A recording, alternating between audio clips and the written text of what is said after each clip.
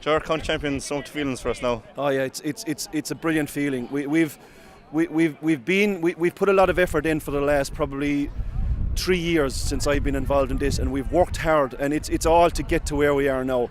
We've timed it exceptionally well because we've a really youthful team coming up, so it's a brilliant feeling. But I think it's a credit to everyone on our panel. We have a panel of 24 players because we're a club, we're a small village.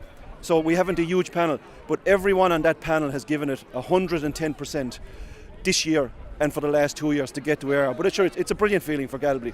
County champions, and we're a senior club again. And with regards to the game itself, after the first half, only 1-1 on the score, down by 3 points, kind of flattering. What was said at half time? There was quite a lot said at half time, but it was all positive. There was nothing in the game. There was 3 points in the game, which is nothing in a game of football. We were playing against a huge breeze.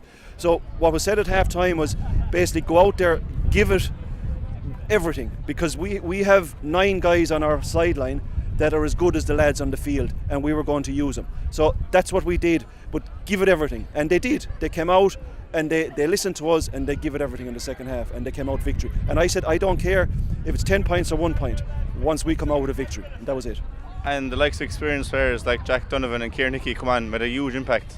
They've been doing it all year, I presume, leading on a young team. They did, yeah, and we know what them lads can do.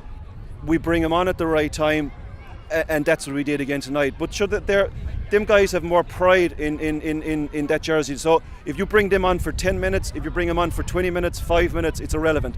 They will give it everything once they come on the pitch. That's exactly what they did, and we've been doing it all year in Limerick. So it's the same, virtually the same. My fellow Galbally man John Kiley is doing it all year. We have the same thing. We have a very good panel. I said it to the guys before the game. This is probably the toughest time we'd had picking a team. We've got 24 players that are good enough to start, and it was probably one of the toughest decisions we had to make to see which 15 started. But we did it, and we have to do it. I'd love to play 24, but we can't. We have to play 15. But the lads came on and they did a great job.